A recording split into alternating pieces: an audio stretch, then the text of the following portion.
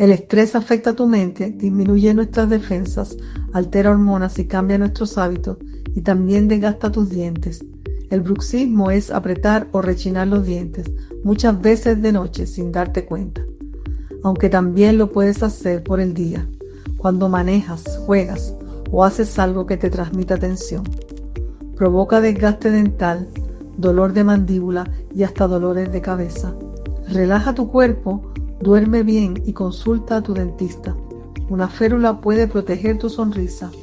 El estrés se refleja en tu boca. Protégela. Suscríbete a Salud Bucal 360.